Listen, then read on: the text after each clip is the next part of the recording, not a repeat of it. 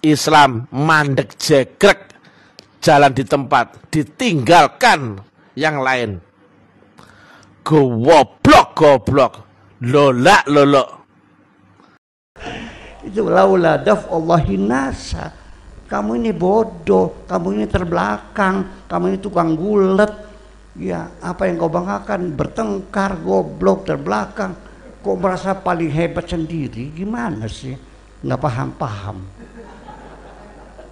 Iya. Sering saya katakan bahwa kita ini sekarang umat Islam secara umum mengalami ketertinggalan di seluruh aspek kehidupan. Saya sering mengutip apa yang dikatakan oleh Sir Muhammad Iqbal, Allamah Iqbal dari Pakistan, yang mengatakan bahwa umat Islam ini sudah mengalami kejumudan, tidak berpikir selama 500 tahun terakhir ini, hanya mengutip-ngutip saja dari orang-orang di masa lalu, sehingga tidak ada kreativitas, tidak ada inovasi yang signifikan, sehingga kita tetap berada dalam kejumudan ini.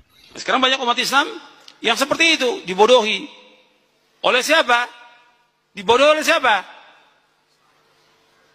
Kok bengong lagi? Allahumma sholli ala Muhammad. Dengarkan baik-baik. Umat Islam ini dibodohi oleh siapa? Oleh siapa?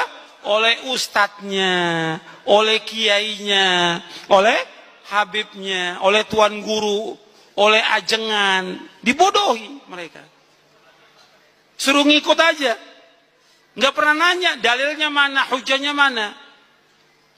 What is the problem with our leaders, our books, our imams, and our religion? Why do we keep repeating these Stone Age traditions that have failed us and continue to fail us? The world has left us behind. The kuffar that our imams and books tell us to hate have traveled to the future, while we're still stuck in the Middle Ages, reading stories about Muhammad and his flying horse. You're watching this on your phone or your computer or tablet, created by these kuffars. The same kuffar that we hate so much have created most of the medicines that we use today. Medicine that our religion's crystal ball failed to bring about. The kuffar have moved forward and traveled into space. Meanwhile, we're stuck on Earth in the Middle Ages, going to our poisonous mosques every Friday, reciting the same chapters and the same stories of Prophet Muhammad. Why haven't all of these books and teachings led us to science and technology and medicine? We're stuck debating which sect is correct, which interpretation is correct, who is the kafir and who is the real Muslim. How can we convince the kuffar to become Muslims? Why on earth would anybody want to be Muslim today? They're all scared of us. They're all laughing at us. Umat muslim itu sekarang terpuruk dalam artian teknologi mereka tertinggal, moral mereka juga tertinggal, apa-apa mereka juga tertinggal, mereka rusuh di mana-mana dan sebagainya, dan itu adalah fakta. Ketika mereka diminta untuk memperbaiki diri, diajak kembali kepada syariah yang benar, misalkan seperti itu, diajak kepada ajaran Islam yang benar, diajak pada ajaran Nabi Muhammad yang sesungguhnya, maka mereka akan mengatakan, apa kamu gak tahu itu yang menemukan ilmu kimia itu adalah leluhur orang-orang Islam itu yang hidup di zaman segitu. Yang menemukan teori ekonomi tertentu itu adalah orang zaman dulu yang orang Islam dan lain sebagainya. Jadi mereka itu adalah orang-orang yang menggunakan leluhur mereka atau menggunakan generasi-generasi sebelumnya itu sebagai pembelaan atau benteng atas ego mereka yang terlalu berlebihan gitu. Nah, ketika saya harus memperingatkan mereka supaya jangan seperti itu, maka saya akan dituduh kafir, saya akan dituduh membela orang-orang non-Islam, saya akan dituduh membela orang-orang yang menjadi musuh Islam dan lain sebagainya gitu. Jadi daripada mereka introspeksi kemudian ayo kita memperbaiki diri agar mereka menjadi lebih baik dan sebagainya, mereka menolak itu semua. Mereka akan mengatakan bahwa kamu nggak tahu ya, generasi sebelum kita itu gini. Ya dunia itu kan berputar, generasi kita yang dulu seperti ini ya kita sekarang gini ya, yang sabar aja, yang wajar aja. Jadi Mereka itu nggak mau bergerak, nggak mau memperbaiki diri, nggak mau apapun, tetapi mereka kemudian menggantungkan seluruh kehormatan mereka itu ada di atasnya, gitu. Di generasi yang sebelumnya. Itulah yang disebut sebagai generasi terburuk. Kenapa Timur Tengah itu gagal jadi negara? Orang Islam ini susah diajak bernegara. Susah. Orang Islam ini paling gampang diajak memberontak. Orang Islam itu kan baca Al-Quran. Al-Quran itu imamuna. Dalam Islam itu Al-Quran adalah imamku. Jadi kalau orang Islam itu baca Al-Quran, itu seperti mendapat perintah langsung. Dan dia nggak mau ada negara yang menjembatani ini. Nggak gampang itu ngajak orang Islam masuk negara. Wa qatiluhum hatta la takuna fitnah. Kalau Qurannya bilang begitu, dan perangilah mereka sampai nggak ada fitnah. Perang orang itu. Berat orang Islam ini diajak untuk menerima negara. Nah, itu laula daf'ullahin nasa. Kamu ini bodoh, kamu ini terbelakang, kamu ini tukang gulet. Ya, apa yang kau banggakan? Bertengkar, goblok, terbelakang. Kok merasa paling hebat sendiri? Gimana sih? Nggak paham-paham. Iya, bertengkar, goblok, terbelakang. Kok merasa paling hebat sendiri? Gimana sih? Nggak paham-paham. Madama ta'mul gahwa fihi ahadin, selama rasa kopi ada di mulut seseorang, maka malaikat memintakan ampun untuk dia. Malaikat memintakan ampun kepada seseorang selama rasa kopi ada di mulutnya. Kenapa? Dan orang yang minum kopi dalam hadis dan bacaan mamata fi batni qahwah dakhul jannah, kama qala Rasulullah. Barang siapa orang yang minum kopi toh meninggal dunia, di perutnya ada bekas kopi, masuk surga.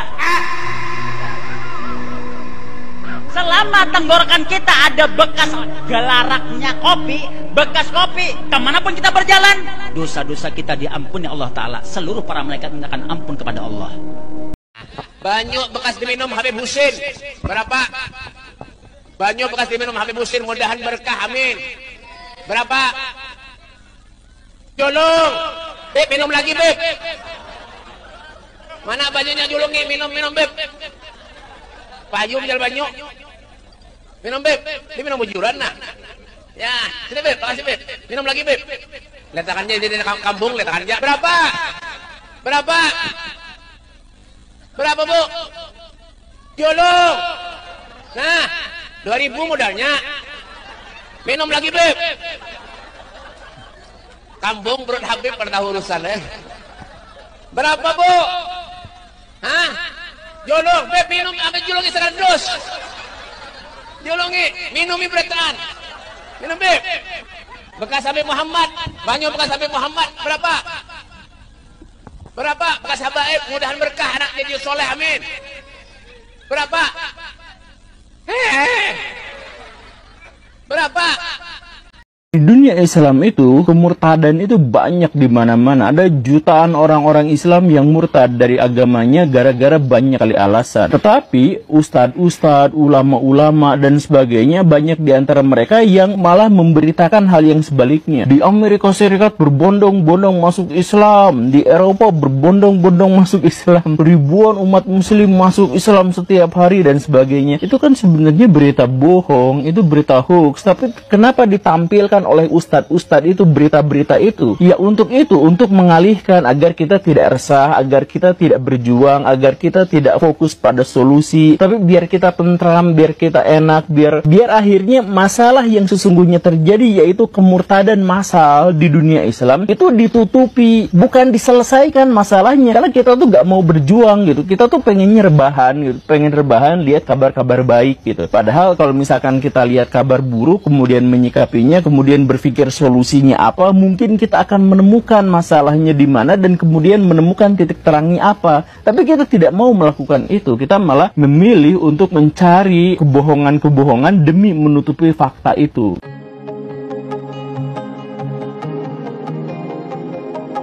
Cerita Allah, persangkaan. Cerita surga, persangkaan. Cerita neraka, persangkaan. Cerita akhirat, persangkaan. Cerita malaikat, persangkaan. Semuanya adalah persangkaan. Kebohongan yang diulang terus-menerus, lama-kelamaan juga dianggap kebenaran. Lihat baik-baik. Di surga itu ada gambaran di Quran, bila Anda masuk ke surga, itu paling minimal akan dilayani oleh pelayan surga. Pelayan surga namanya wildanun mukhalladun, surah Al-Insan. Kalau laki-laki maka dilayani oleh bidadari surga. Salah satu nikmat yang ada dalam surga adalah pesta seks. Minta maaf, karena inilah yang kita tahan-tahan di dunia. Inilah yang kita tahan-tahan di dunia. Dan kenikmatan terbesar yang diberikan Allah Subhanahu wa ta'ala di surga adalah pesta seks. Adalah pesta seks. Adalah pesta seks. Adalah pesta seks. Kenapa? Karena ini yang disuruh tahan di dunia oleh laki-laki. Laki-laki disuruh menahannya, lagi musim panas gitu ya, gitu kan. Perempuan ini kuat sebenarnya. Saya tidak setuju kalau dibilang perempuan lemah. Laki-laki kalau naik pesawat itu pakai jaket, perempuan kalau naik pesawat itu pakai tank top. Masya Allah kuatnya. Masya Allah kuatnya. Kalau lagi dingin mereka pakai pakaian seksi. Masya Allah, kita ini pakai jaket, pakai apa segala macam, mereka ini kuat. Nah ini yang kita disuruh sama Rasulullah, disuruh sama agama untuk menundukkan pandangan di dunia. Kenapa disuruh menundukkan pandangan di dunia? Kenapa Allah siapkan seks di surga? Karena inilah yang selama di dunia kita tahan. Ustadz Somad, neraka tuh panas apa dingin? Mana aku tahu, aku tak pernah masuk. Nama neraka itu ada dua nanti. Neraka yang membakar, ini mungkin jadi baru informasinya bagi sementara orang. Neraka yang membakar dan neraka yang membekukan. Yang membakar disebut dengan Jahannam, yang membekukan disebut dengan Zamharir namanya. Jadi kalau ada orang masuk neraka itu cuma dua pilihannya, dibekukan atau dibakar. Jelas ya? Makanya kita dikasih pendahuluan, ada musim panas, musim dingin. Supaya merasakan, nih orang musim dingin nih pakai lapisan-lapisan baju. Musim panas cari pendingin. Kamu sekarang cari pendingin, kata Allah, di neraka nggak ada AC. Saya tanya, masalah kesaksian ya, hukum dunia saja. Ketika ada yang dijadikan jadi saksi, Bu Fasad di sini jadikan saksi ya. Apakah Bu Fasad di kejadian TKP ya, di kejadian tanggal sekian pada kasus pembunuhan Pak Tukiman ya, di rumah jalan sekian ini, Bu Fasad melihat dengan mata Bu Fasad sendiri dan dalam keadaan sadar? Oh tidak Pak, saya cuma disuruh mengucapkan bersaksi, tapi nggak ada yang saya saksikan. Saya itu cuma disuruh ulamanya, saya bersaksi bahwa bla bla bla bla, tapi cuma mengucapkan. Makanya saya dijadikan jadi saksi, tapi saya nggak benar-benar bersaksi, saya itu cuma mengucapkan. Bagaimana kira-kira?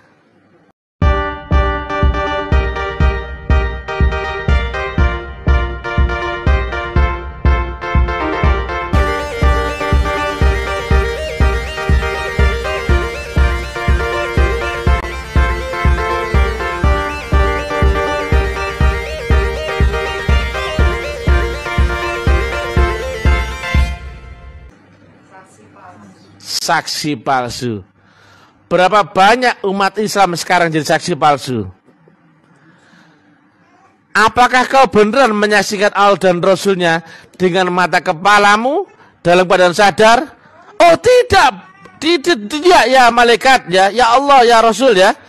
Saya cuman diajari ulamaku untuk bersaksi, tapi nggak pernah ada yang aku lihat. Aku cuma disuruh mengucapkan dua kalimat saja. Yang salah siapa kira-kira? Sesat lagi menyesatkan. Mereka tadi ulama kondang semua ya. Tapi mereka ternyata bukan ahli makrifat. Dia bukan ahli praktek.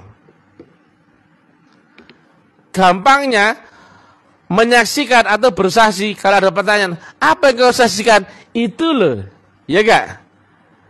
Kau menyanyi atau bernyanyi, kalau ditanya, nyanyi lagu apa? Bisa jawab? Kau memasak, ditanya, masakan apa? Bisa jawab? Bisa. Loh. Kau berjoget, ditanya, joget apa itu? Bisa jawab? Bisa. Kau bersaksi, menyaksikan, kalau ditanya, apa yang kau saksikan? Orang lain bisa jawab? Orang lain loh? Jawabnya kok dengan teori. Kegilaan apa lagi nih ya? Inilah ya, yang Islam gak maju-maju. Karena dipisahkan ya Islam dengan tarikatnya. Tarikat dianggap bid'ah ya. Maka orang gak tahu lagi cara praktek agama ini. Cuma sebatas teori. Lah kalau sudah begitu, semua kepala punya keyakinan sendiri-sendiri. Diadu, nggak akan ada habisnya. Sampai sekarang pun nggak pernah ada selesainya. Jelas? Si A berkeyakinan sono, si B sono, si C sono. Sudah. Islam mandek jegrek, jalan di tempat, ditinggalkan yang lain. Goblok, lolak, lolok.